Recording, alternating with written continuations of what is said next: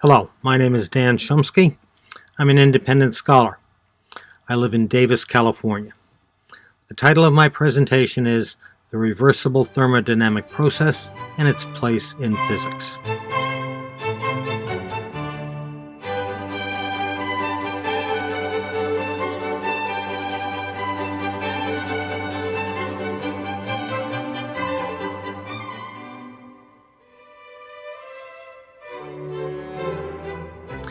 In this lecture, we are going to come to a new understanding of what the reversible process is, and we will be identifying 4 reversible processes in nature.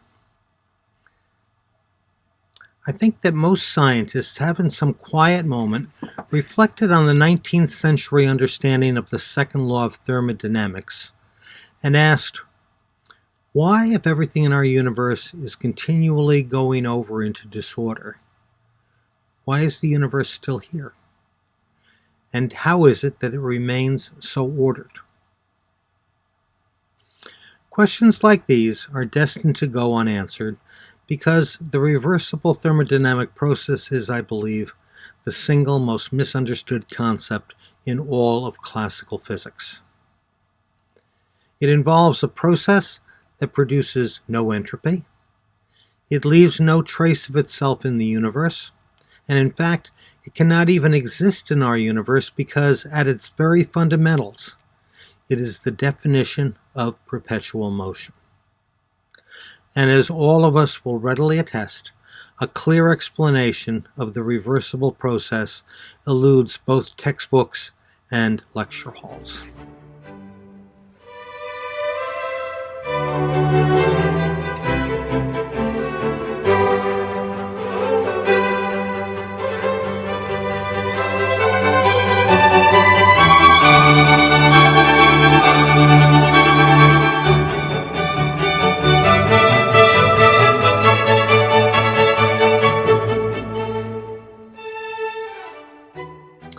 I have often wondered what textbooks would say about the reversible process or any number of other physical principles if we allowed basic scientific theory to reemerge today, fresh, and in the context of the past century's experimental record. Is it possible that startling new scientific insights might emerge from underappreciated or seemingly static areas of physics? I believe that the answer is an unequivocal yes. This lecture takes a step into that unknown by discarding what we think we know about the reversible thermodynamic process in favor of a fresh view that draws on discoveries and understandings that did not exist in Carnot's, Clausius's, and even Planck's world. It draws on biology, chemistry, and physics for its insights, and it begins in the manner of all good scientific inquiry with a question. Can a reversible process exist in nature? Conventional wisdom says that the answer to this question is no. Such a process would exhibit perpetual motion, thereby violating the second law of thermodynamics. The Clausius inequality is generally cited to describe the physical constraint. The change in entropy produced by any thermodynamic system must be greater than or equal to the heat energy absorbed by that process divided by the absolute temperature at which it is absorbed.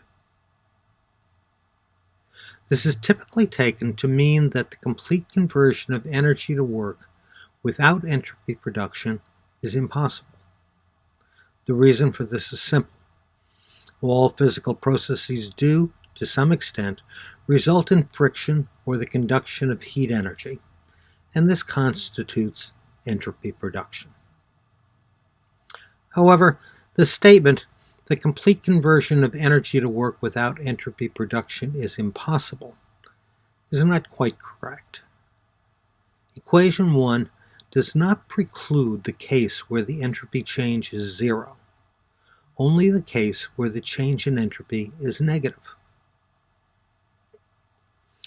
I want to take you on an intellectual journey where we will rediscover the reversible process using classical references and contemporary understandings, all the while searching for that elusive case where the entropy change resulting from a real-world process is identically zero. My goal here is to restore the reversible process to its rightful place in physics.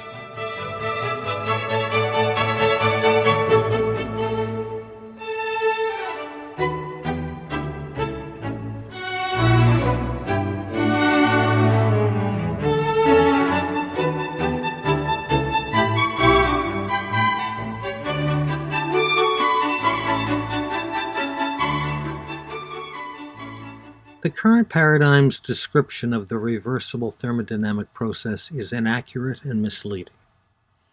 Most descriptions correctly state that no entropy is produced as a result of the reversible process operation.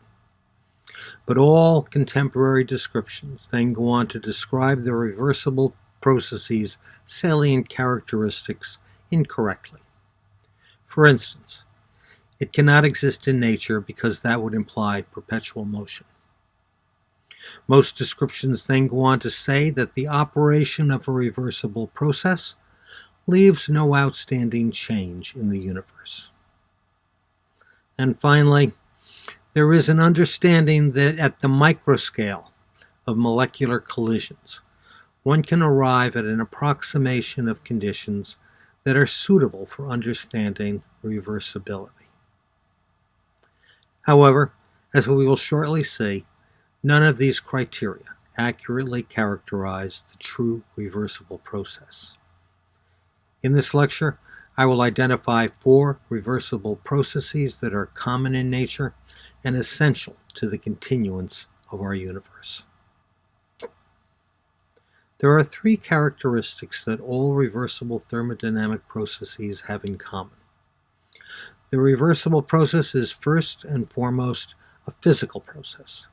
This means that it has at least 2 states, and that at its most fundamental description, these are cyclic. Secondly, because it is a process, all reversible processes produce a work product. Third, the reversible process differs from any irreversible process because it operates at the very limits of the second law of thermodynamics, where no entropy is produced as a result of its operation. These are the reversible processes' salient characteristics, and from these, other characteristics can be derived. For example, the reversible process conserves mass energy. But this is not one of the defining characteristics because the first law requires this of all natural processes. The reversible process also requires no refueling, and it produces no exhausts, not even light. It is this absence of interaction with its surroundings that makes the reversible process so difficult to describe. It is quite simply invisible to our senses and to our instruments. It simply cannot be seen or detected in any way. However, its work product does exist in our world, and it is our only evidence that the reversible process is operating. It is the characteristic and fate of these work products that allow us to characterize a particular reversible process.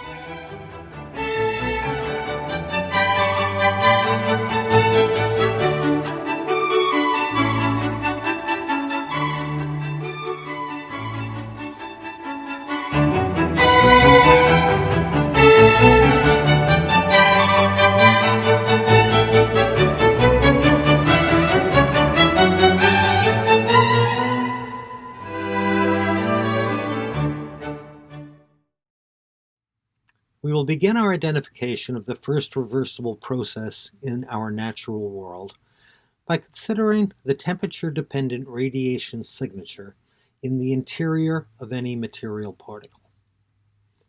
This energy is electromagnetic, and it has the statistical mechanical structure in accordance with Planck's equilibrium blackbody curves for a specific temperature.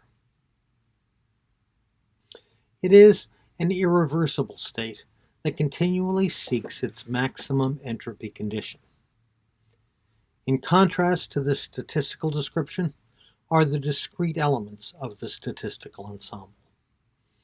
In the radiation domain, the energy at a specific frequency is known precisely, h nu, where h is Planck's constant and nu is the radiation frequency. It is the number of these quanta at any frequency of Planck's spectral curves that is probabilistic. In a similar fashion, mass domain particles exist in both a statistical mechanical and an absolutely deterministic framework. In the realm of statistical processes, independently moving particles exhibit entropy increase in accordance with the principles underlying Boltzmann's H theorem. The uncertainty of such a system is Heisenberg's, wherein the momentum and the coordinates of particles can only be known in a statistical sense. That uncertainty goes to zero only when the position of the particles relative to one another is known absolutely, and this requires that they have no kinetic energy. Consider, for example, two particles opposed to each other by their common electrical charge and yet held in a fixed position relative to one another by electrostatic confinement. Do you recognize this entity? It is the covalent bond, and it is the first of 4 reversible thermodynamic processes found in nature. The reversible process involved in this chemical bond cannot be observed. It exists entirely within the domain of electromagnetic energy and its transference of that energy between covalently bound atoms. The covalent process is reversible because it exhibits the salient characteristics of reversibility. First, it is a process with 2 states, the electron's association with each nuclei. Second, it exhibits no entropy increase during its operation, and in this regard it is perpetual, at least until it is disturbed. It requires no refueling, and it expels no exhaust. Third, it maintains a work product, the union of 2 atoms. Here we are specifically excluding Heitler and London's theoretical description of the covalent bond between 2 hydrogen atoms. Their description is developed in a quantum mechanical context. This is the branch of mathematical physics that describes systems having Heisenberg uncertainty, and uncertainty is entropy, and it will produce mass domain heat, something that the reversible process cannot do. The only alternative is a classical mechanical description of the covalent bond. Nevertheless, the covalent bond remains a reversible thermodynamic process regardless of the mathematics that we use to describe it, simply because it is a process, it produces no entropy, and it produces a work product. There is in this example one other very important distinction that you need to clearly understand, and it is the reason that I have selected the covalent bond to introduce the reversible process. In particular, you need to understand the difference between the physical structure of this atomic union and the process that perpetuates it.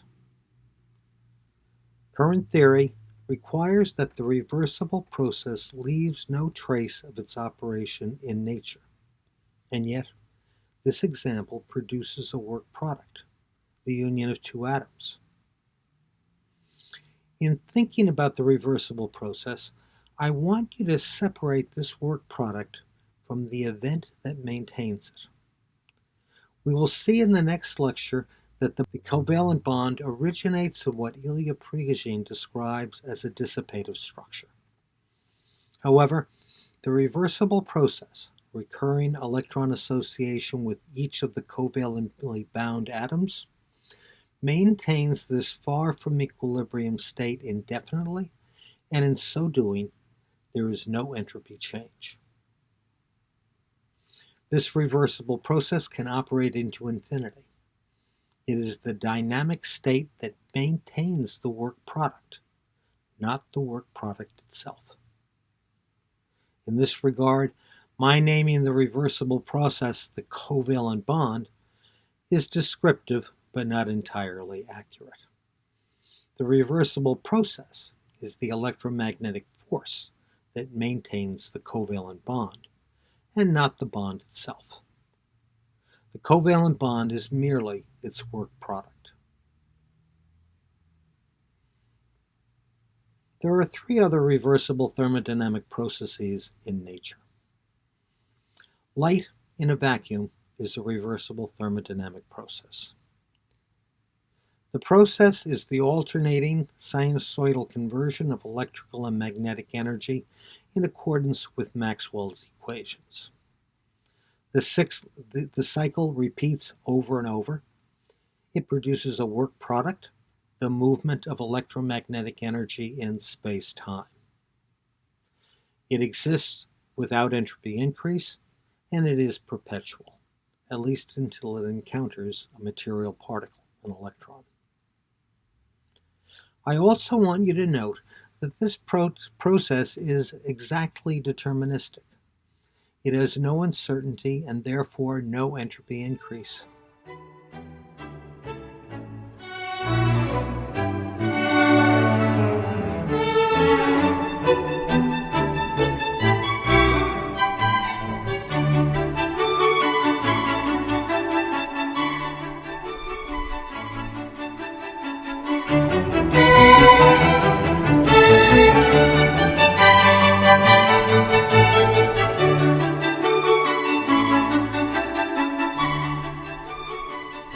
Gravity is a reversible thermodynamic process as well.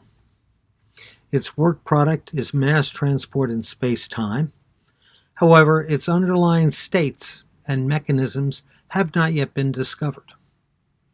Stubbs recently published a data analysis that suggests gravity is instantaneous, having no temporal component. This is a good place to begin an understanding of the reversible process that is operative in gravity. You should also see in gravity another feature of all reversible thermodynamic processes. Its process is hidden from observation by its very fundamentals. Because these processes have no interaction with their environment, no fuel consumption, no exhaust, not even light, they cannot be observed. Gravity's reversible process is so well hidden that its process fundamentals have not yet been discovered. You will see that same hidden characteristic in light and the covalent bond. We know all three of these processes because we see their work products. However, their process fundamentals cannot be measured directly and are only the subject of theory. The third reversible process is the force or system of forces that maintains the stable atom's form and function. The work product here is a stable atom. According to current atomic theory, the operative reversible process employs gluons to build mass and energy complexity at the microscale. Do you see the distinction between the reversible process and its work product? In accordance with current nuclear theory, several charged quarks are held together by exchanging uncharged gluons to form protons and neutrons, which in turn exchange gluons to bind the nucleus. The reversible process is continual gluon exchange, and its work product is the stable atom. Here again, the process produces no entropy, and it is perpetual. Do you see how the universe is organized according to these principles? Light's electromagnetic process and gravity provide the mechanisms for transport of energy and mass in space-time, while the process underlying atomic form and function utilizes electromagnetic energy to aggregate mass and energy at the atomic scale. Then the union of these individual atoms aggregate mass and energy at the macro scale, and in this description, all of the underlying irreversible processes exist entirely outside the material particles that we can see. Now, do you see the fundamental requirement of all reversible processes? They exist entirely within the domain of wave mechanics. Mass particles are never a part of the process and only come into play in the reversible processes' work products.